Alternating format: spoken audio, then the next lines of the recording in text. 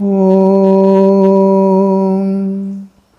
Jananim Sharadam Devim Ramakrishnam Jagadgurum Padapadme Tayo Shritva Pranamami Muhurmuhu.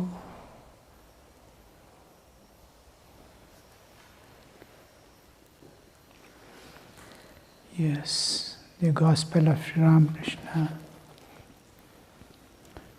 Before I re-enter into the main text, one thing I want to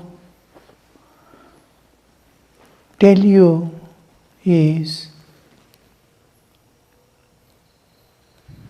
we need not avoid any kind of spiritual practices from top to bottom, from Advaitic ultimate practice of neti neti to the lowest part of ritualistic formulas. All aspects are deduced by the realized souls, given to various people of various nature, various state of evolution, and when we have been endowed with various faculties in us, various parts in us, various different something like departments which independently work, we can utilize every power that God has given us.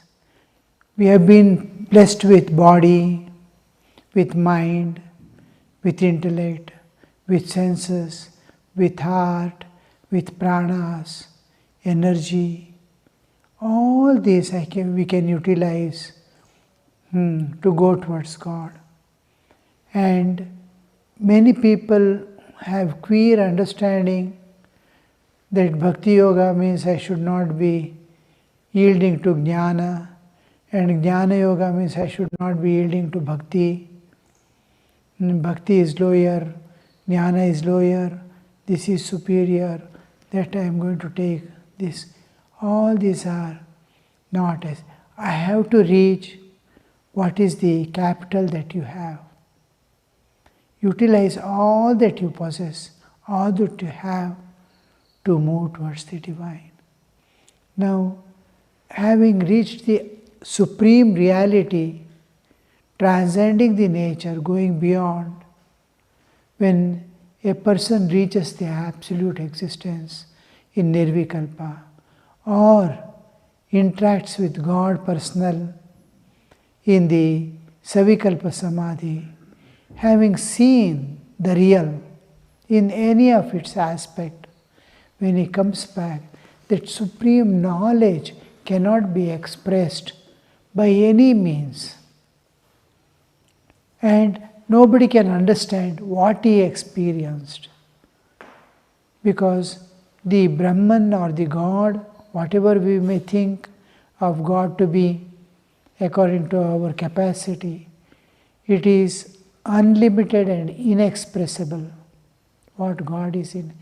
All Vedas and scriptures fail to express what God is. By telling anything regarding God, we are limiting. God is this means immediately a limitation is coming. It is unlimited. And especially more so when you say God is this and not that. That makes extreme limited. God, don't limit. Sri Ramakrishna's one thing is don't limit. From ancient times, when the human existence was there, whenever was there on this earth, they have experienced God in various ways. They have transcended the nature in various ways. Don't limit. Don't limit the path. Don't limit the thing to be attained also. Anyway, that supreme knowledge cannot be expressed by any means. So when it is expressed through intellect, it becomes philosophy. philosophy, we see all acharyas, Shankaracharya, Madhvacharya, Ramanujacharya, Vallabhacharya, Chaitanya Mahaprabhu, all they have put forth one on philosophy to make man understand what it could be. All these philosophies are scriptures, including Vedas. All scriptures are a pointer to the reality. It cannot express what it is. It is just a pointer. Look, there it is, there it is, it is there. So, but man has to be, otherwise you will not even know there is a thing called God, there is a thing called reality. We have to transcend and go beyond to have eternal life, eternal bliss. Here everything is impermanent, everything is pain associated. All this understanding to give and release the man from bondage and suffering is possible because they have told us, we have seen and come back, to give that message. So when it comes expressed through the intellect, to be received by the intellect, it becomes philosophy. When it is expressed through mind, it becomes upasana. Through mind, it will become upasana. Upasana is what I am bringing the absolute into the relative understanding, with relative understanding, impersonal making personal, and trying to reach the impersonal to the personal is upasana. And then, if it is expressing through the senses, the supreme knowledge expressing through the senses, it tries to see the divine everywhere. After realization, when Vyuthana, he is able to see the form, the formless has taken the form, the veil of ignorance has gone away, and this is, you see, everything is divine. A new understanding, new. Just like you enter into dream and know everything to be only play of mind, and mind has become man, mind has become a space, everything is mind, everything is mind. Suppose you come to know that dream world is mind alone in dream, what would be your state? The same state a realized soul, Jivan Mukta, will be experiencing, looking at this world. Fully awakened to the reality, oh, the one has become many. The form is, everything is just an appearance. The substance is same. That understanding.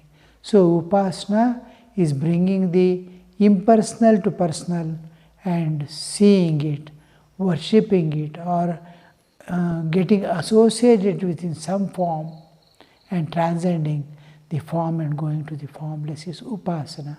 And then you must be clear this point, because the personal aspect in whole of the Upanishads and in Hindu system of Tantras, whatever branch you see, behind always Swarupa is taken and the Rupa is worshipped or interacted with.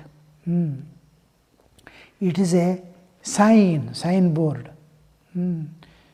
Form is indicator of the formless.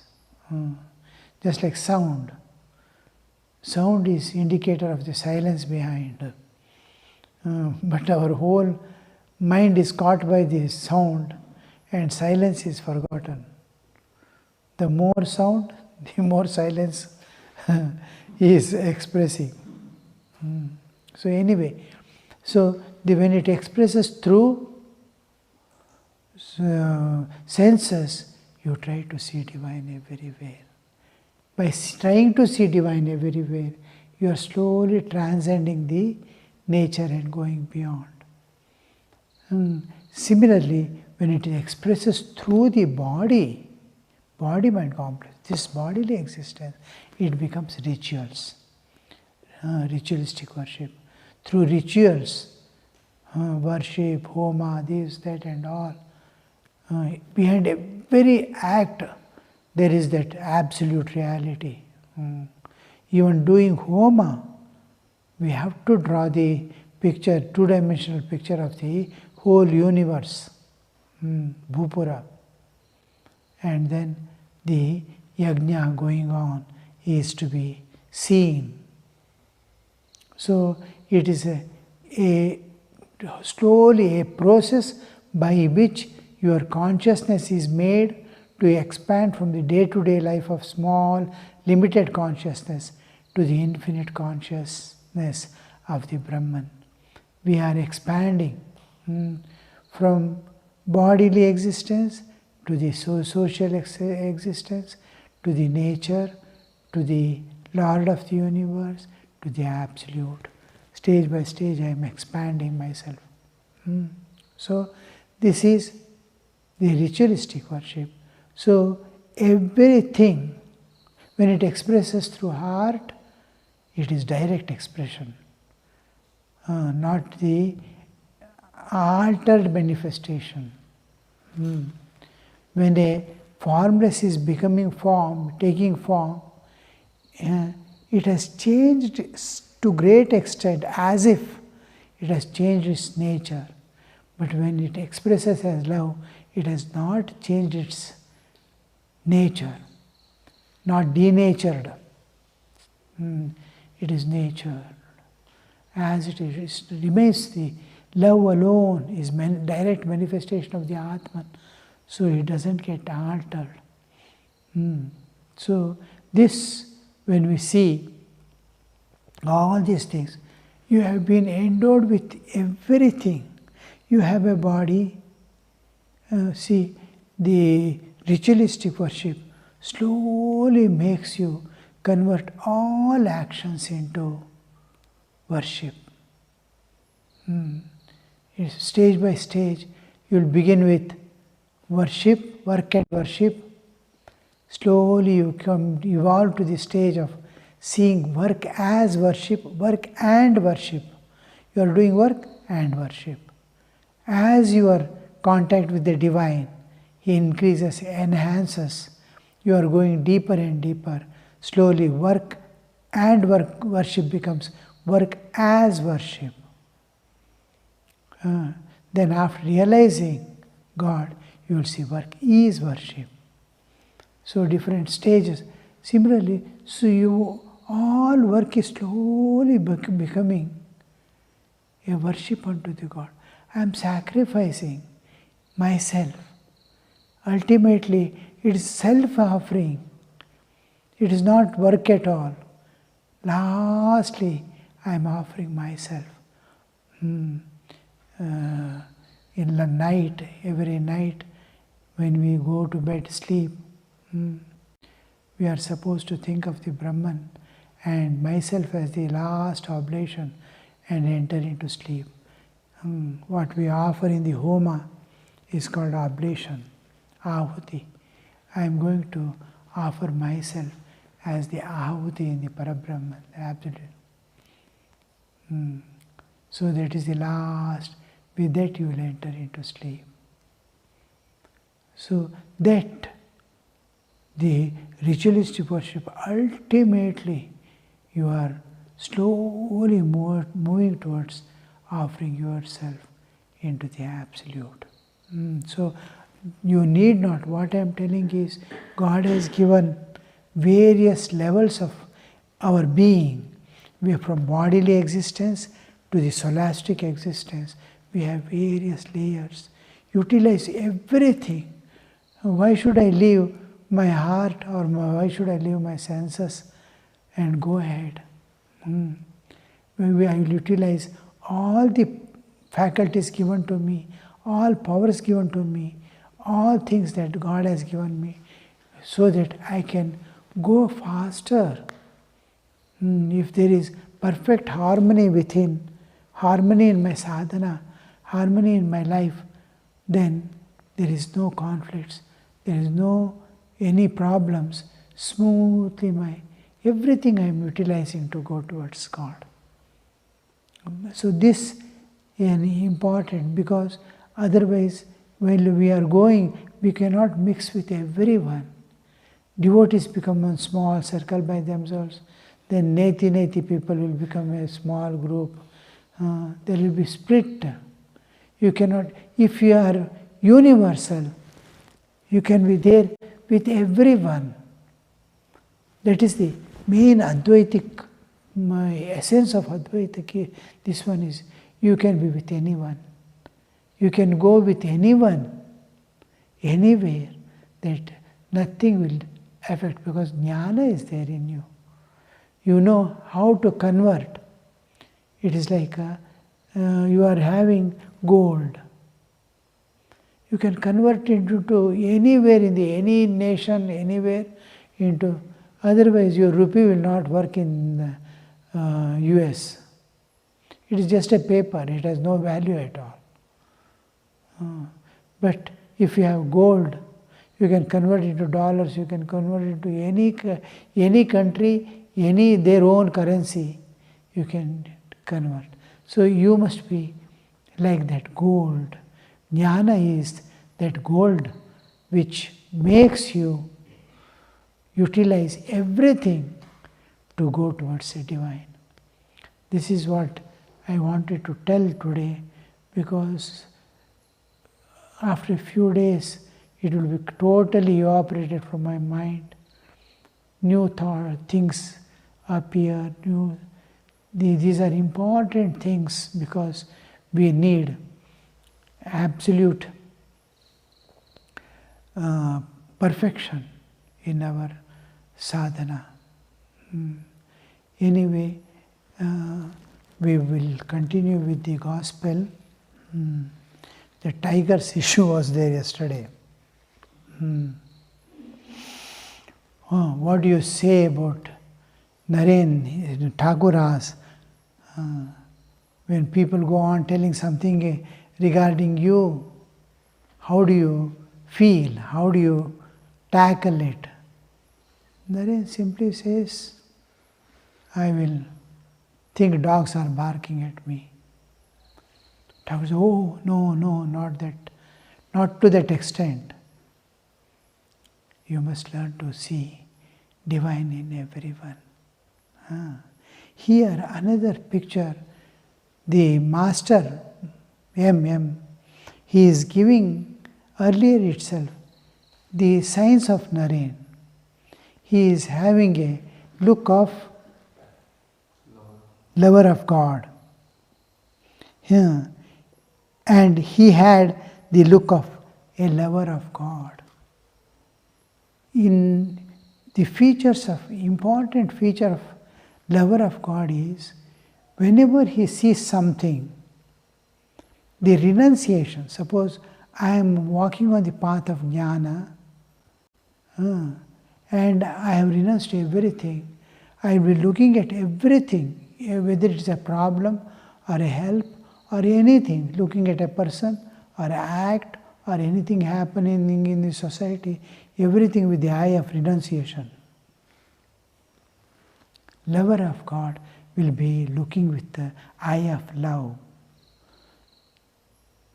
There is great difference. To judge a thing with eye and with sense of renunciation are entirely different.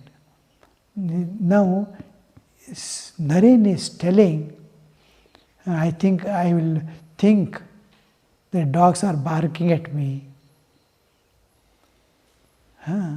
He is not looking at it from the jnana point or yoga point or renunciation point, tyaga point or anything. He is lover of God. Now, when complaining,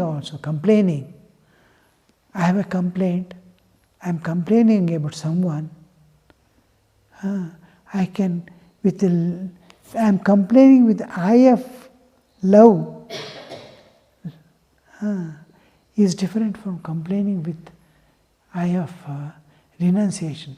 There is a kind of rejection. When I see with the eye of rejection, renunciation, I will have a sense of rejection against it when I have a complaint. But when I see the same thing with the eye of love, I have acceptance but have a complaint against it. Acceptance. And I seek, I don't reject. I embrace it. I pull it. But I don't want that defect to be there. It is like selecting plantain at night, dining hall.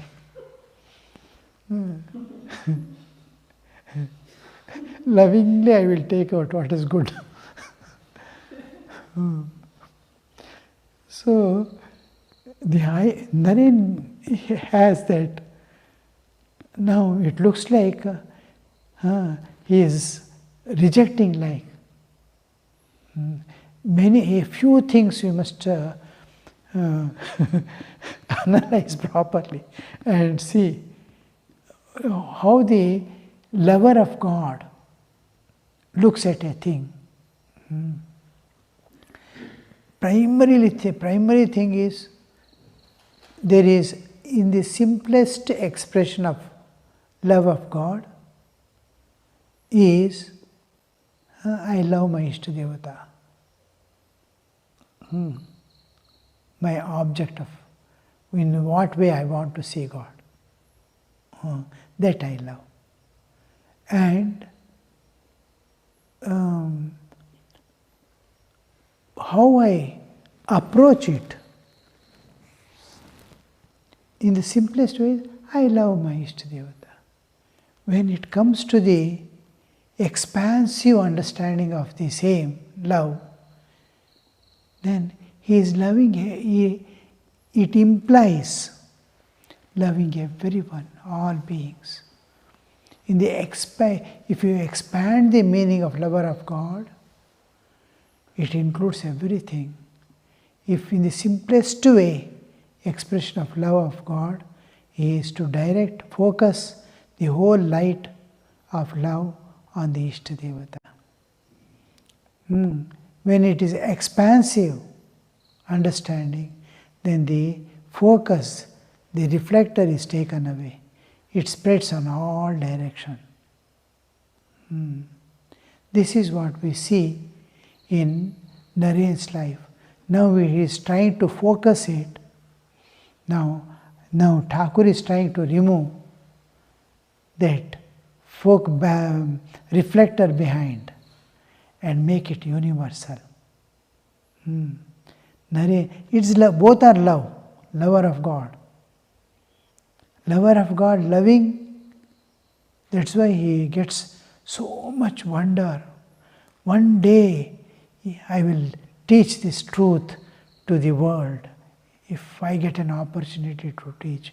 Shivajnani Jivaseva, when she hears first time from the Thakur's mouth, he says, it is expansion, it is expanding. And love of God is always unconditional. And love of God is possible independent of body. When you love world, hold on to world, you are intensely body. When you love God, your body awareness is dissolving. Your existence independent of body, bodily existence, he loves. That's why when you see anybody in Bhava Samadhi also, lowest is the Bhava Samadhi. After that Savikalpa and all will come. In Bhava Samadhi also his body becomes still. He is in Bhava. And the whole universe behind becomes like a painting. But he is aware of its existence. Not as if the whole universe has become a painted object in Bhava Samadhi. And he is in Bhava, body will immediately become still. Other than bodily existence, what are you? That is going to love. Because God cannot be loved with this bodily existence. When you enter a dream, Dream God, dream items and dream person will worship. Similarly, real God, the real you, the more you love God, slowly you become self-awareness.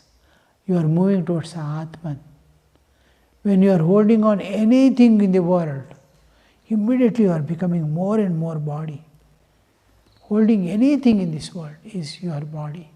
Anything divine you are holding, you are spirit. Moving, oscillating between body and spirit.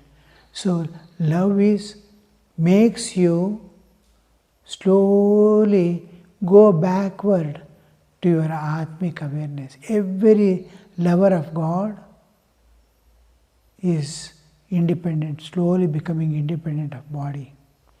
He is becoming self-awareness, self-emphasis will be there when he interacts with the personal God.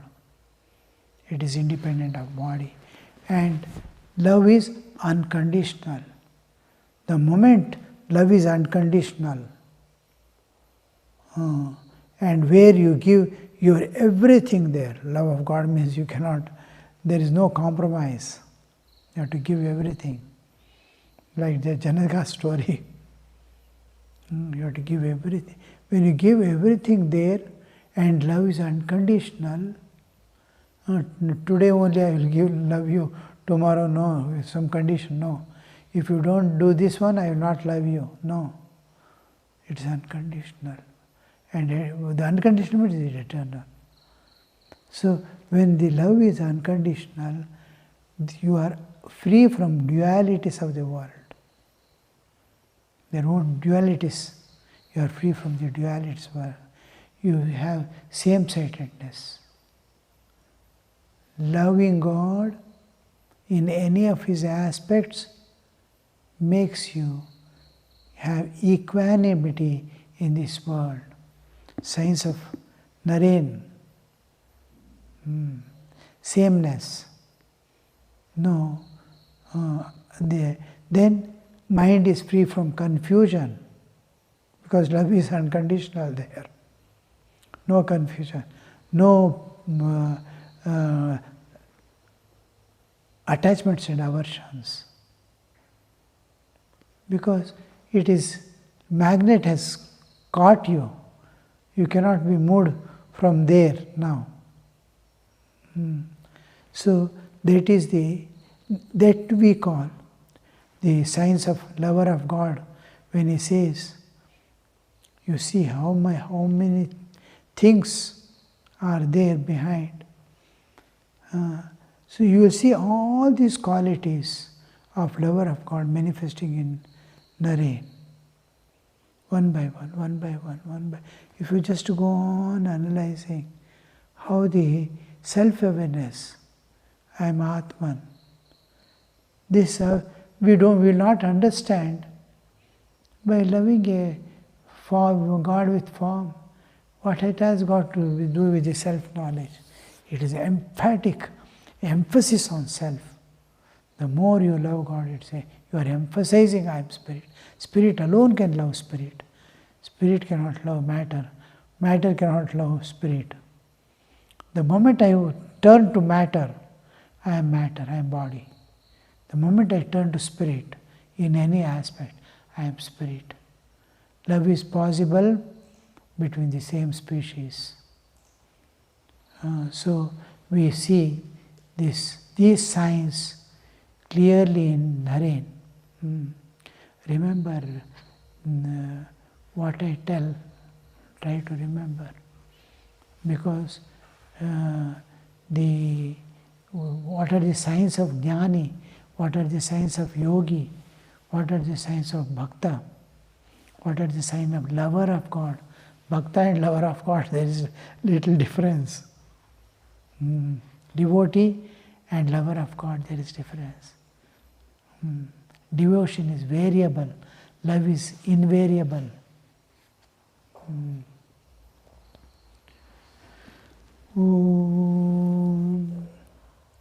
Niranjanam nityamanantarupam Bhaktanukampa Dhrutavigraham Vai Ishavataram Parameshamidhyam Tam Ramakrishnam Shirasa Namam.